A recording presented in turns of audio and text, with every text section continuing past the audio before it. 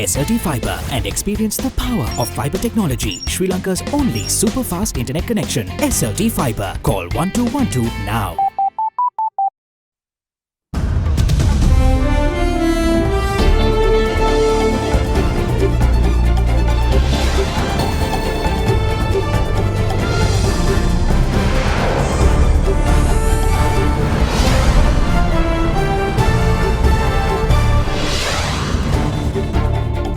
Tonight, all guns blazing. The Attorney General's Department lambasts the Terrorist Investigation Division at the PSC. Also refutes allegations of inaction. A tale of two halves. UNP's proposed new alliance causes a rift. Navigating troubled times. British High Commissioner sees promise for Sri Lanka but highlights concerns. The mistrust between communities in some parts of the country. Neighbourly conduct. India assures continued development assistance for Sri Lanka. Easter attacks have not deterred us in continuing our development partnership with Sri Lanka. All that and much more coming up on First at 9, this Thursday, the 1st of August, 2019. මුහුණ සති කීපයකට කලින් Fair and Lovely men ගෑවට පස්සේ Marx අඩු වෙලා ෆෑනස් වැඩි වෙලා. Marx අඩු කරලා ඔයාගේ ෆෑනස් ස්ටෑන්ඩඩ් එක වැඩි කරගන්න. Fair and Lovely men anti-marks cream. From AdaDerana, this is AdaDerana First at 9. Live from Studio 24 in Colombo. Good evening and welcome to First at 9. I'm Dhammik Eknaika. Let's start with your local stories. Deputy Solicitor General Dileepa Piris was very critical of the Terrorist Investigation Division and the Inspector General of Police over their failure to take action against Zahran Hashim or the organisation National Tawhid Jamaat prior to the Easter Sunday attacks. Appearing before the Parliamentary Select Committee probing the Easter attacks, on behalf of the Attorney General's Department, the Deputy Solicitor General revealed that the then OIC in charge of Kathankudi, where Zahran's earlier terror activities took place, was under political pressure to not take any action. Deputy Solicitor General Piris requested to appear before the committee today to give further statements on behalf of the Attorney General's Department after the statement given last week by State Counsel Malik Aziz stirred much controversy. If a file related to terror activities is opened in the area under my purview, it is directed to Deputy Solicitor General Azad Nawawi. On the 3rd of April in 2017, an entity by the name Alhaj Abdul Jawad Alim Walaitullah Trust sent a letter to the Attorney General. The then Attorney General instructed me to look into the matter on the same day. This was a letter that was personally handed over to the Attorney General's Department. At the end of the letter, they say that there could be a possibility of an unrest in Kathankudi and other parts of the country because of actions of the National Tawhid Jamaat. The Maulavi who wrote the letter was concerned of more possible unrest which could lead to disruption of peace in these areas. 8 photos were also attached with the letter. One shows a group of people who have covered their faces with helmets carrying swords. Another shows a person who was wounded after being attacked by swords and how a man is being hospitalized. The group are wearing t-shirts which have what I think is the logo of ISIS. Even the Attorney General Jayantha Jayasuriya was concerned when I showed these pictures and spoke to him about everything. He agreed that this case can't simply be handed over to the police station in the area. Instead, he wanted to launch an investigation through the IGP with the help of the Maulavi who brought us the letter. As per instructions of the Attorney General, I sent a letter of request to the IGP on the 22nd of June in 2017 asking to immediately send me a full report on a police investigation if one had been done regarding National Tawhid Jamaat. The RGP or any other entity which implements law has not responded to this letter until now.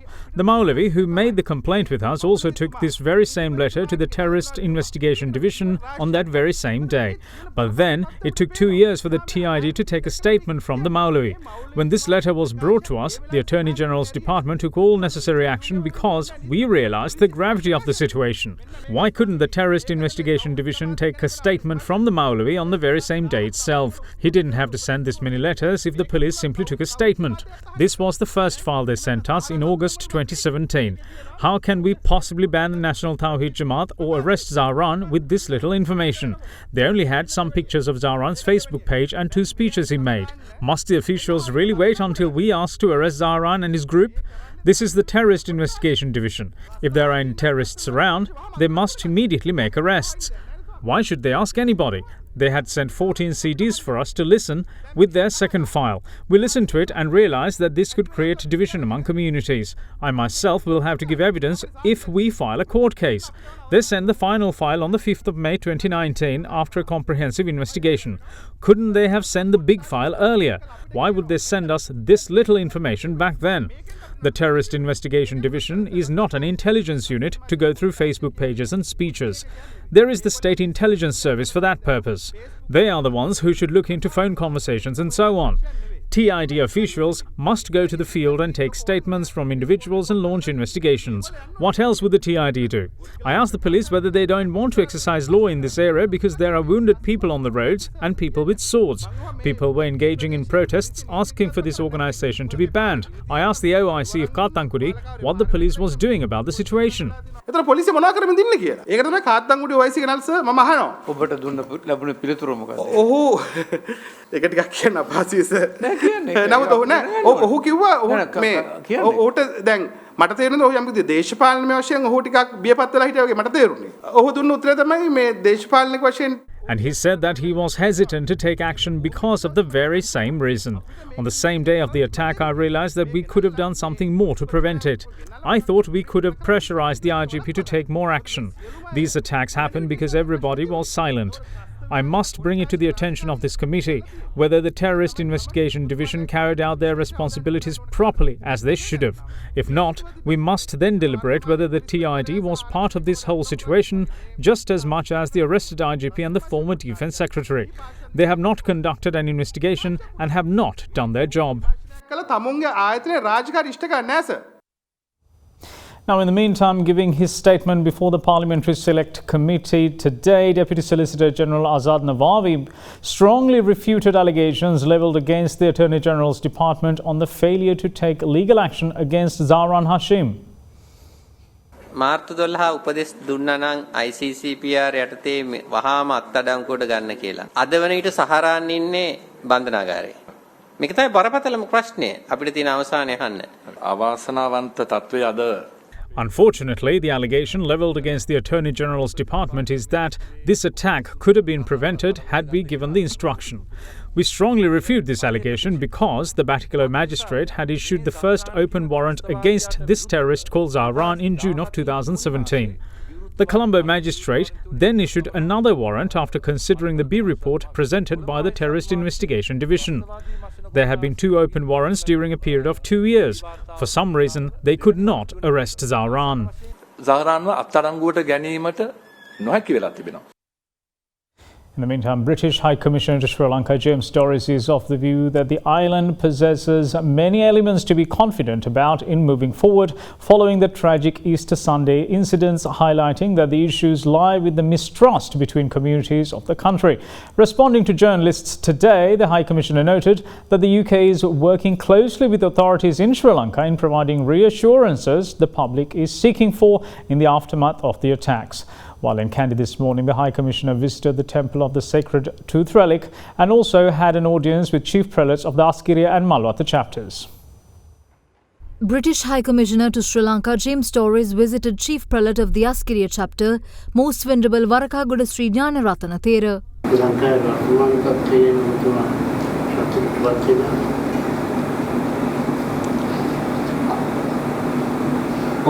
Yes and no. And I think that politicians clearly have a really important part to play, and not every politician always says things that are helpful. Can I ask, how do you see things?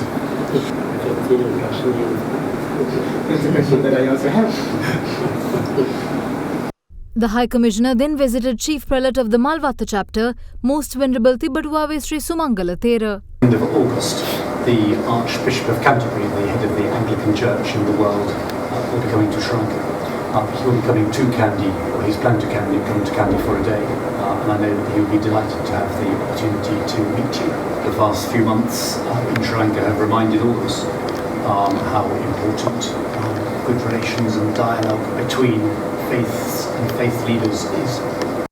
The High Commissioner then responded to questions raised by media. I think that Sri Lanka has a huge amount to be confident about going forward. One of the issues of concern, the mistrust, the unease between communities in some parts of the country. I think from our own experience in Northern Ireland, we know how difficult it is for a country and for communities to recover after a long conflict. And I do think this needs to remain a tremendously important goal for politicians, for journalists, for civil society leaders and many others going forwards. We're also working very closely with the Sri Lankan authorities to share our experience that will help the authorities to keep the country safe and to give citizens the reassurance they are looking for. Equally, I think that part of the answer needs to lie in people in positions of responsibility facilitating and encouraging good relations and trust between peoples of different faiths and peoples of different ethnic identity. Our two countries' parliaments are working closely together and have been working closely together. We are certainly very happy to share our ideas about how the legislature, how Parliament fulfills that responsibility to the electorate to help ensure that government in the country is good and going well. Governor of the Western Province, A.J.M. Muzammil, expresses grief over Islam being a religion misunderstood owing to wrong interpretations of the Quran being circulated around the world. Speaking at an event held in Colombo today, the governor also viewed peace in the country as a major element in the path towards development. While accepting this fact that Sri Lanka is a Buddhist country, majority Buddhist, the other religions should be given a fair share of practicing their religion. This is all what we ask for. But we severely condemn religious extremism. Islam is a misunderstood religion by the fact that various interpretations are given on the Holy Quran. Holy Quran hates the fighting. Human beings are all equal.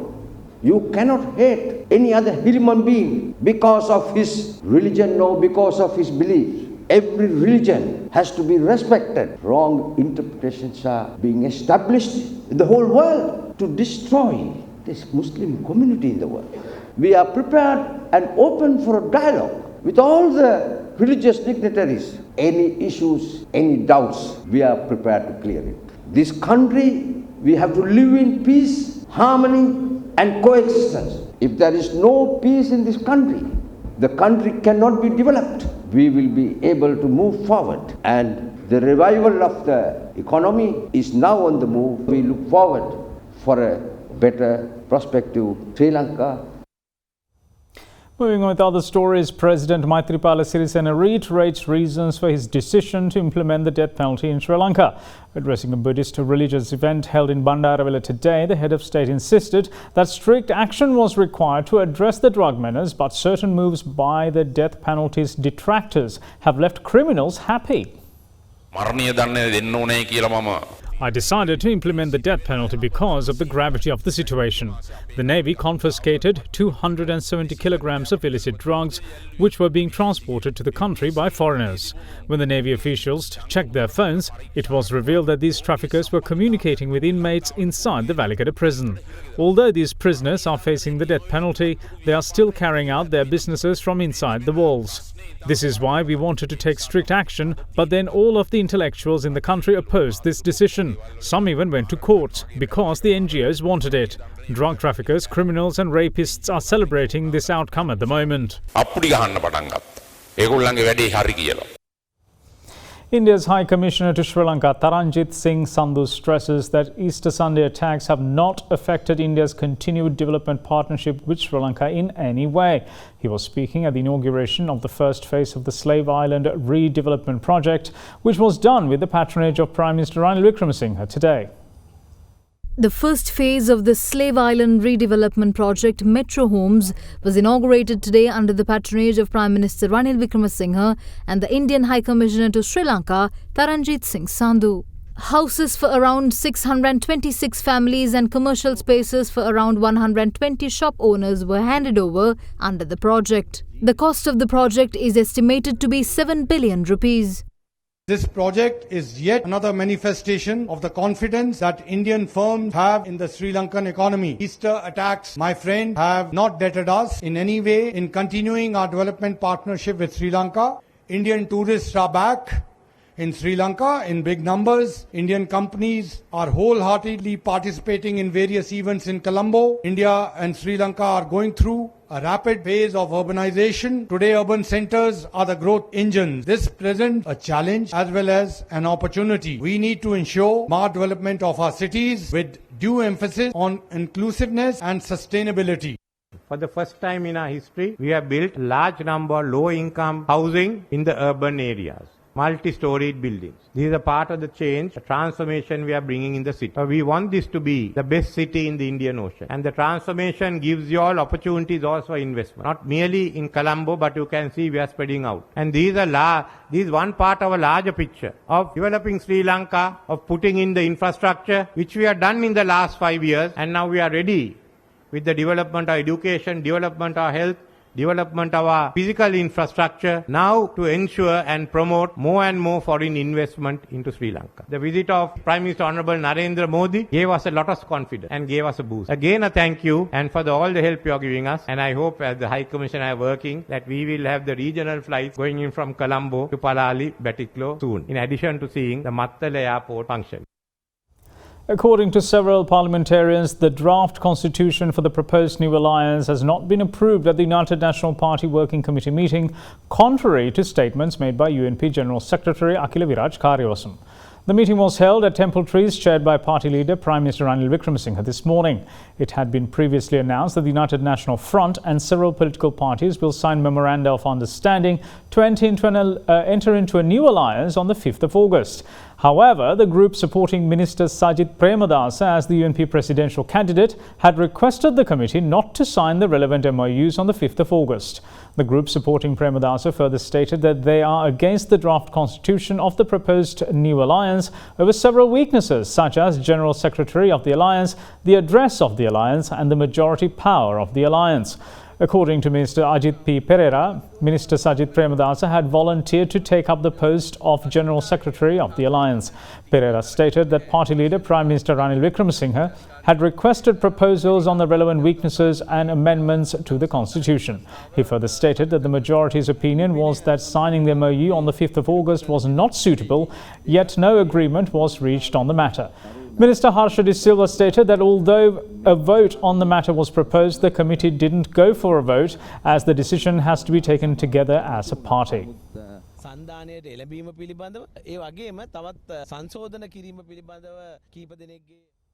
Now, Sri Lanka Podujana Peramuna is critical of the UNP-led government's move to increase the number of cabinet ministerial positions, calling it unwarranted. Addressing media, UPFA parliamentarian Taraka Balasuriya was of the view that the move would incur an unnecessary expense as the government doesn't have much time left. I am against the death penalty. At this juncture, how practical would it be to remove the death penalty? Because the existing president has a time frame of about another 4 months. Even if the existing president carries out the death penalty for the next 4 months, there's no necessity that the death penalty will be carried forward by the incoming president. Also, that we have heard that the government again looking at the options of increasing the cabinet by declaring the UMP government by signing a treaty with the Sri Lanka Muslim Congress MP. We feel this is extremely unwarranted and unethical by joining one MP to the government and thereby increasing the number of cabinet seats to 45 and the non-cabinet ministries to 48. And it's an unnecessary expense for the government because we know there's only a very limited time frame for the government to operate. Furthermore, His Eminence the Cardinal pointed out, no questionable action has been taken pertaining to the April 21st incident. It is as if the government is pretending that no incident has taken place. So we urge the government to take meaningful actions in order to control this situation. There is a tendency towards extremism, especially during the last decade or so within the Muslim community. We feel that it is necessary that the government takes immediate action, especially concerning the madrasas and also concerning the flow of money from the Middle Eastern countries to certain organizations. We've got more news on the other side of this break. Stay tuned.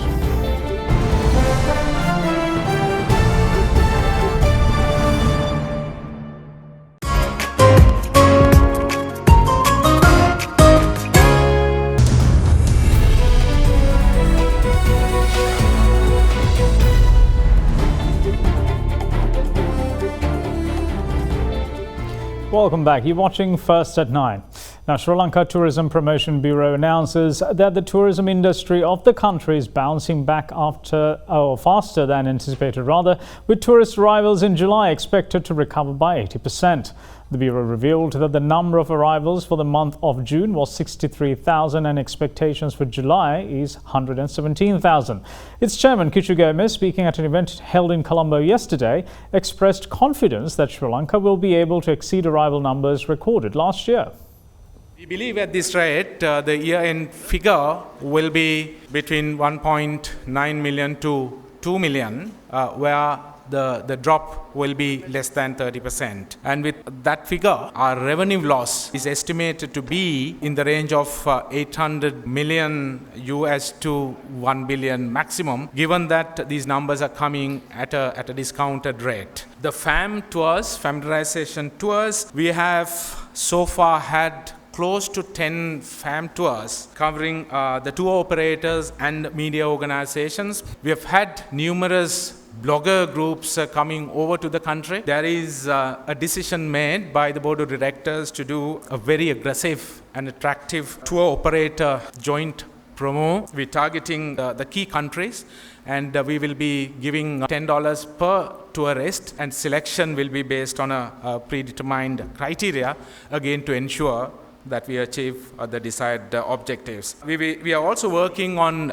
appointing destination representation companies in the target markets. We are also carrying out a massive outdoor advertising campaign. Australia is one, Netherlands, Italy, UK, Austria, Switzerland. As you know, these are top-end markets where we can earn the right margins, not just the numbers only. And then apart from that, consumer promotions in many countries. And in terms of travel fairs, we are taking part at each and every big quality travel fairs happening across the world. We are also sponsoring several international events held in Sri Lanka. We will have various celebrities representing different disciplines coming over.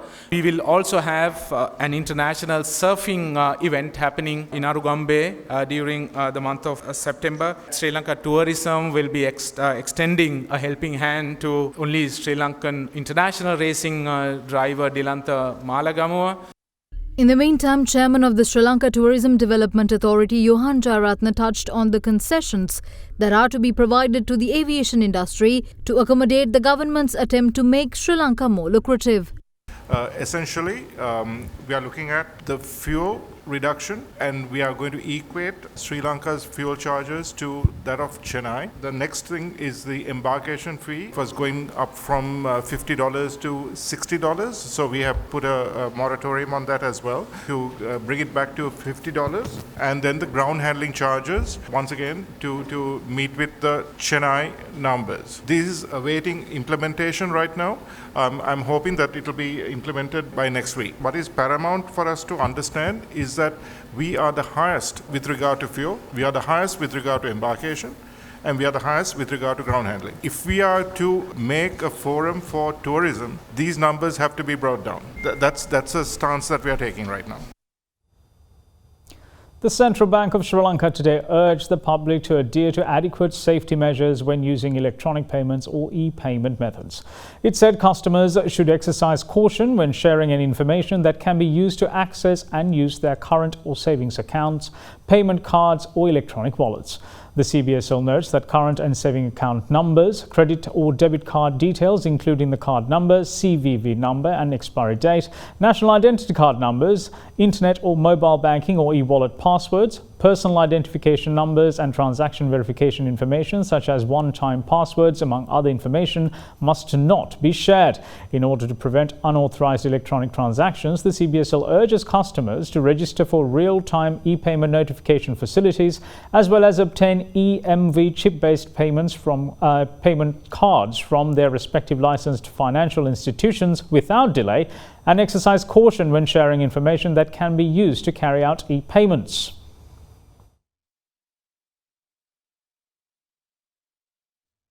And now to give you a market update, shares fell for a third straight session today to near 1 week low, dragged down by banking and diversified shares.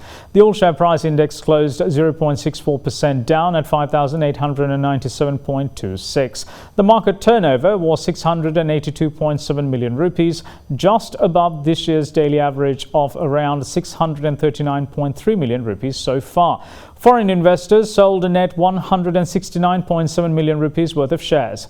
We now have Achyutan Srirangan from First Capital Holdings with a brief report on today's market performance. In the bond market, yield curve remained broadly unchanged while overall market witnessed a moderate volume, and continued buying interest was witnessed in the short tenor and a belly-ended off curve. The equity market growth continued to be end in a red for a third stage session, dragged down by Commercial Bank and International Bank, while turnover moderate compared to the previous day amidst absence of parcel trade. A net foreign outflow was witnessed with a low foreign participation. And now to take a look at the currency, the Sri Lankan rupee ended weaker due to imported dollar demand at 176 rupees and 50 to 60 cents against the US dollar, compared with yesterday's close of 176 rupees and 30 to 45 cents. Let's now take a look at how the Sri Lankan rupee traded against other major currencies around the world.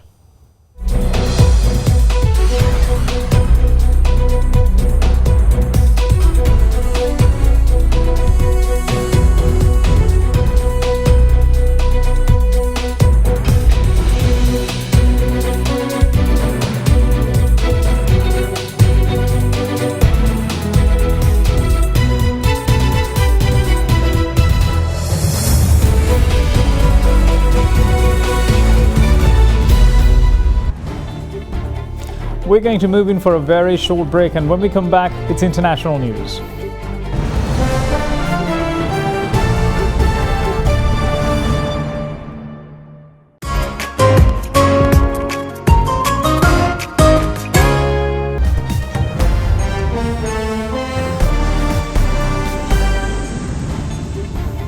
Welcome back. You're watching First at 9.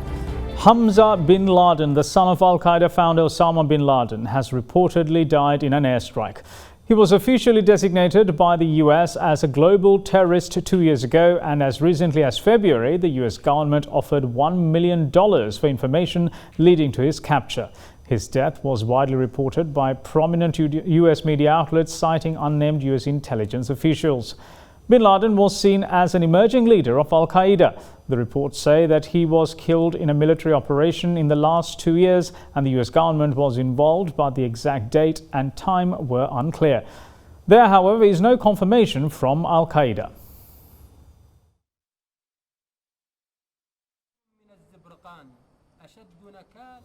The United States has imposed sanctions on Iranian Foreign Minister Mohammad Javad Zarif. The announcement was made on the website of US Treasury Department's Office for Foreign Assets Control. The department said it was imposing sanctions on Zarif for acting on behalf of Iranian Supreme Leader Ayatollah Ali Khamenei.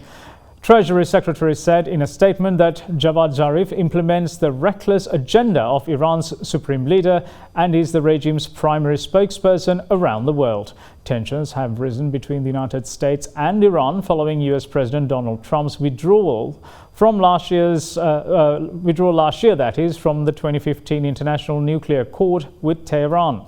Fears of a direct US-Iranian conflict have risen since May, with several attacks on oil tankers in the Gulf and Iran's downing of a US surveillance drone. In the meantime, Democratic presidential frontrunner Joe Biden and rival Kamala Harris again battled fiercely at the Democratic debate yesterday, but this time over their proposed healthcare plans. All eyes were on Biden and Harris as they were picking up where they left off last month during an explosive confrontation over race. Biden, who struck a sharper and a more aggressive tone than in the first debate, ridiculed Harris's contention that her recently unveiled plan would not require a middle-class tax increase or eliminate private insurance plans. Harris, in turn, ripped into Biden's proposal to build on President Barack Obama's healthcare plan, popularly known as Obamacare, and include a government-run option, saying it would leave millions uninsured. It was the second of 2 nights of debates among Democrats vying to win the presidential nomination, which will be announced next July at the party's convention. So I think that you should really think about what you're saying.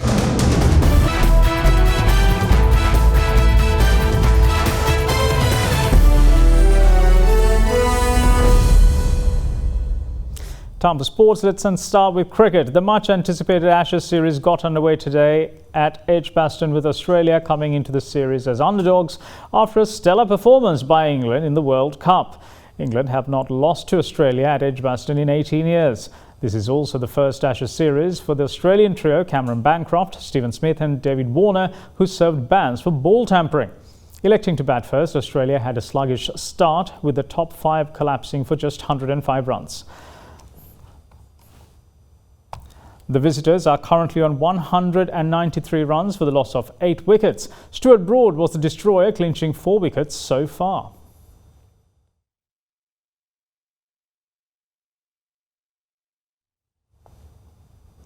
Now, the FIFA Council has unanimously agreed to a proposal to expand the number of teams taking part in the FIFA Women's World Cup from 24 to 32, with effect as of the next edition of the tournament in 2023.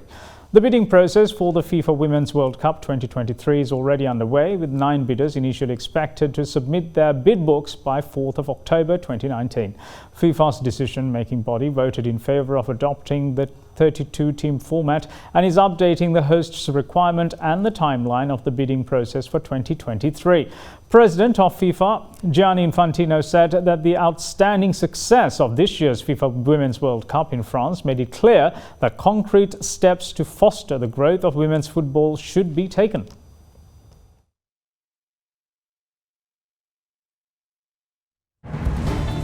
And that's it from all of us here at First at 9. Thanks for watching. Bye-bye.